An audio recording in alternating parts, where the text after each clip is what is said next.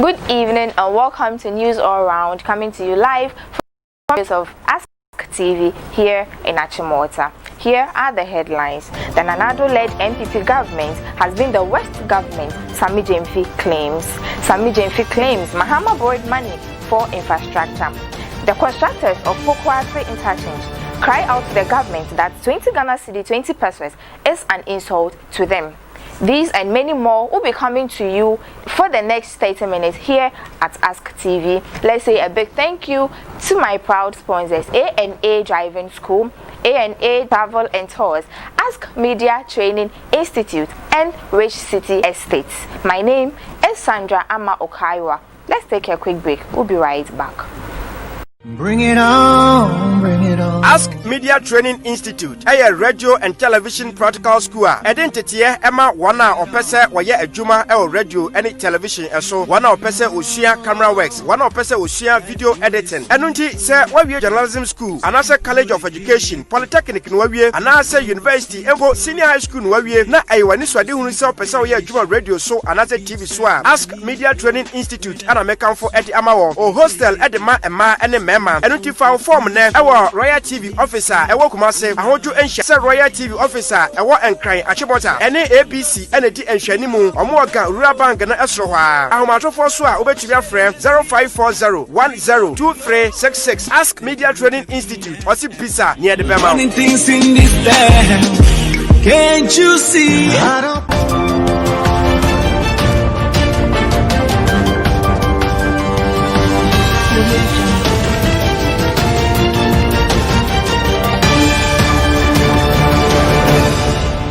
Now the news in details. The National Communication Officer for the NDC, Sammy Gyamfi, explained that the Nanado-led NPP government has been the worst government in the history of Ghana since he has increased the public debt from 120 billion in 2016 to 258.8 billion as at June 2020 during their weekly press briefing held on Wednesday, 28th October 2020 at the party headquarters in Accra.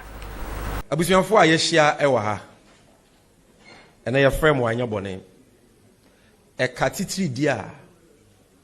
Omampenyi akufu adone na MPP aban aboro.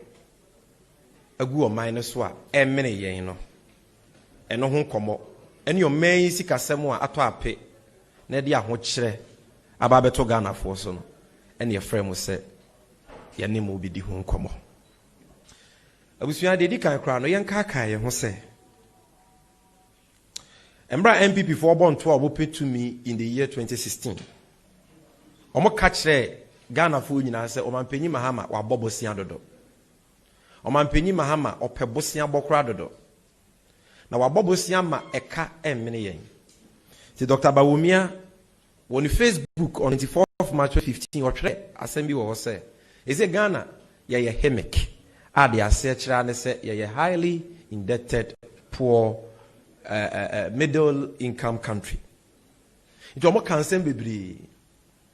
It's good. Your Mahama buying no thing because no much as your Mahama buying a bobosia at the yem punto. Abusia, Omujina Sansem no so share bosse.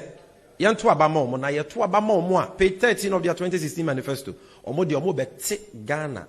Ekaso Ghana omo betse ye bosia boso ti ye nyina ye to aba ma omo ba ye omo share boso omo be ma ye kana kofom no ene ka no akuri afi 120 billion edu 258.8 billion as of June 2020 eno na nchen no na wo hwe ka ye fra bibi debt to GDP de kire say o ka wo de asoman say ye de toto usika wo wa Enyema who produce no woman. The total value of that I don't need friend GDP no. And they are okay so ba be ye no. And now the year cut titri die 258 billion no. Eto yesika ye wo ho. Eye ohamu chichemu aduoson ensia and ye chiri 76.7%. Na just ne omampenye kufu ado aye de aban bi anya bi da. Wa ma ekatitri die na emmene o my Ghana. Abusuan se wohwe eka omampenye kufu ado aboro agu oman ne so a ɛyɛ car Ghana bɛbrɛ abrɛ mfie bebree ansa na yɛtumi atua ɛyɛ car nkyirima bɛbrɛ asa wɔn anim fifiri ansa na wɔn atumi atua ɛyɛ car ɛnɛ sɛ wokyɛ ma Ghana fo a yɛ dodoɔ ɛyɛ 30 million a Ghana ni biara empo akora ketewa ya wo ne nne ɛwɔ Kolebu Teaching Hospital ɔbɛde ka 100 million tete sika no Ghana ni bia ka wo de no no and then asem we serious on the government expenditure. On the issue of how the government expend the borrowings he has made, the communications officer echoed that the Mahama administration spent their 70 billion he borrowed on physical infrastructure. He added that Nanado NPP government has been using its borrowings on kinky parties with cronies. John Mahama Bosia no bono at least Obobosia be 70 billion or the can yeka ho. We mu kura Bosia na just 54 billion. And an interest near they could do 70 billion. But ye chire he ya wo hwe a obehu circle interchanger. And aboa would do circular. And can na nka obedi traffic move for 1 hour and then would do 2 minutes now call. Ubehu nkran he ya Kaswa interchange. And kan he ya ubehu Tema interchange. Ubehu Pokwase interchange. Ubehu Obechebi interchange. The entina mebo boss our projects we nyina because Ekajo Mahama 70 billion kan ho enka Kufuado kan ho. Saa bosia ni nyina ye je no Mahama abreso enti Ekabo Jo Mahama kan ho enka Omampenye Kufuado kan ho. Say ayarehwa enkran he ya ubehu Ridge Hospital, ubehu University of Ghana Medical Center. Ubehu hospitals bebrega East Municipal Hospital, Dodowa Hospital. But Omampenye Kufuado dey oboy dey.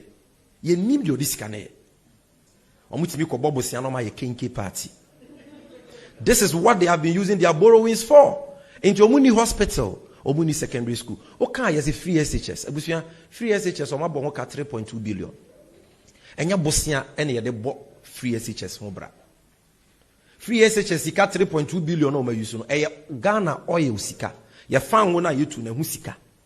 Moving away from political issues, some workers from Pokwase Interchange has expressed their worries about the amount given to them as per diem. They said they are given 20 Ghana cedi, 20 pesos as their daily earned money for working, which they see it to be an insult. Let me say, me demonstration but if I say yonko fono ye tichire bi munsa guomochi ene man nyoma yesi nti me mpese ebe ka se me nkwan de maso wodi ananse bibisa wase ase because asem na ye be kan ye no ye kan se ngofo we omu sisi yen omu de ye baade adwuma ye casual workers na egu ha o de bi na ade a wo ye adwuma from anopa 7 kosi enwumre 6 na ye tua 20 pesos de oni aka no kure sabi o tru obi chance kura na obeda wase a obema wase ase na dwumaden we any height ayeko na ye ma 20 pesos say no ni we pay why ye dwuma buru 1 year ebi aye dwuma 10 months ebi aye dwuma 2 years na you 20 pesos a akatua be no sabi ye nua no mu Ghana fo kura mpo o motimi aye o mu bojo construction firms I won vichire o mu si o man for dan kura any fence walls no ede ye ma kisen madam go be ofri ase no ko di mesi ni bi achi ede o ma ni 70 cedis wo mu pon ya na ya kan na dia acha nza o mu yo overtime ya tia ne ka aha yo overtime 1 hour every 2 cedis what was it nti esisie ni de me de me anukura wo ho no me am not me nka enfua me nka se e bia nanado aban na enya ade na me nka se e bia aban bi na enya na so bi na enyu enkofo no mu sisie nti timamofo omo wo omo kasa etimi ko ekire no omo they should see to it that these people are cheating us and no dia mintimi nkire because contract no minim se broni no na ono agi yo se Ghana ni bi na agi na odi broni no edi atoso waja ze eno dia nya me madwuma se me kwa hwehwem me ka se me pa adwuma na e ka che me se yo be adwuma 2 months time no yeah me personally I can't say I'm on probation for 2 months me adwuma 2 months na say me adwuma try ni a o me tell me actual daily mark they seem that 20 pesos now no man. This work we are doing here, as you can see, is a very big project, but it seems the management is not appreciating what we are doing. That's why we organize ourselves. The work, as we said last week, our daily pay is very low. How much? 20 cities, 20 pesos. 20 cities, 20 pesos. How many hours do you work? We work roughly 9 hours. 9 hours. 9 hours, 7 to 6. So that's why we are calling the management for an increment, but it seems they are not taking us serious. We are calling for increment. Okay.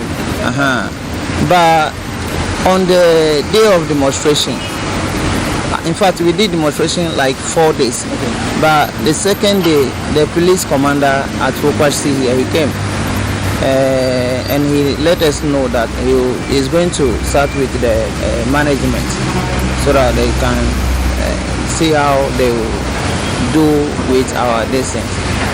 So on that day, he said we should continue with the work. If they start whatever it is, then they will let us know. But we said no. This is not the first time we are doing this thing. The promises is becoming too much. So we are not going to agree on any promises until we see something. And this, all that we are saying, we say they should give us at least about a 75% increment. That's what we are requiring. And we said unless we see something before we will proceed the way, we will continue the way. Let's take a quick breath up. We'll be right back.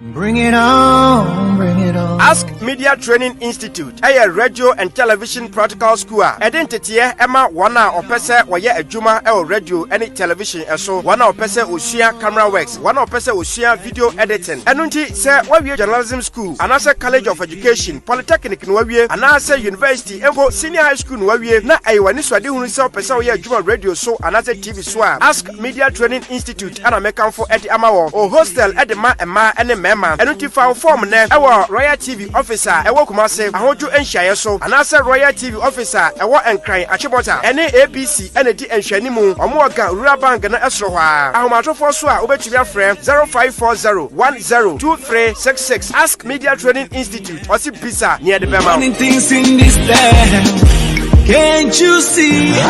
Welcome back. Still on the news, pedestrians at Pokwase has expressed their worries about the temporary footbridge made for them. They claim that the footbridge is too high for them and making movement uncomfortable. Ask TV News team spoke with some of the pedestrians.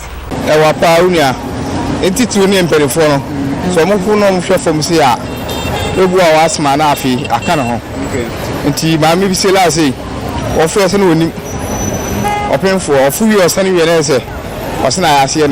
Tears never been for us, say, or master tea, the more than a common my Nanka Bibiana Kama. I almost was near my poem. Originally, I was so far. So, medium units heavy tracks in Intimate. On my money cost Rosan. In December, to me, I am an Abba from Kakradia. Anke, I'm a bread. So the number from first, I 5 from Qua. I said, what do you say? Oh, for our baby. Oh, about from Kakranke, because I was sort of no funny baby crying to me for. Omumba, Nankebia, Omumba, Shishan, Omun, Quase Kakra. Quase Kakake. Moving on to the world of entertainment.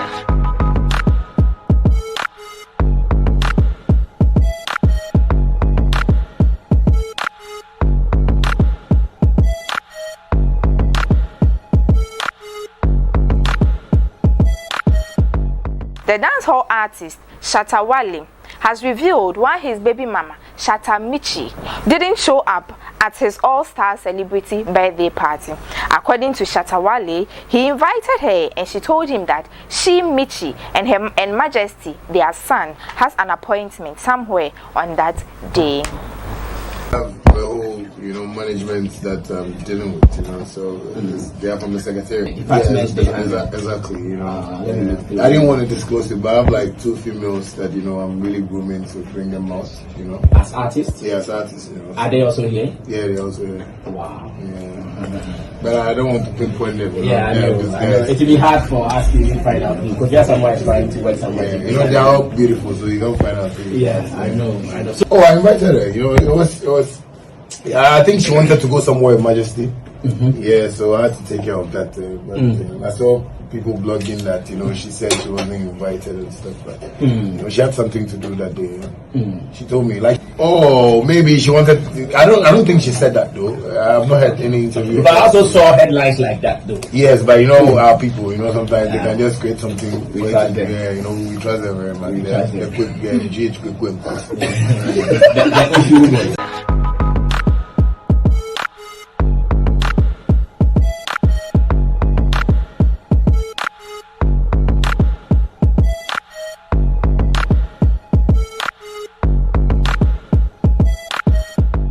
That's all for the bulletin news on Ask TV. But before we leave, let's look at the top stories. The Nanado-led NPP government has been the worst government, Sammy Gyamfi claims. Sammy Gyamfi claims Mahama borrowed money for infrastructure. Say a big thank you to our sponsors, A&A Driving School, A&A Travel and Tours, Askmedia Training Institute, and Rich City Estate Properties. My name is Sandra Ama Okaiwa.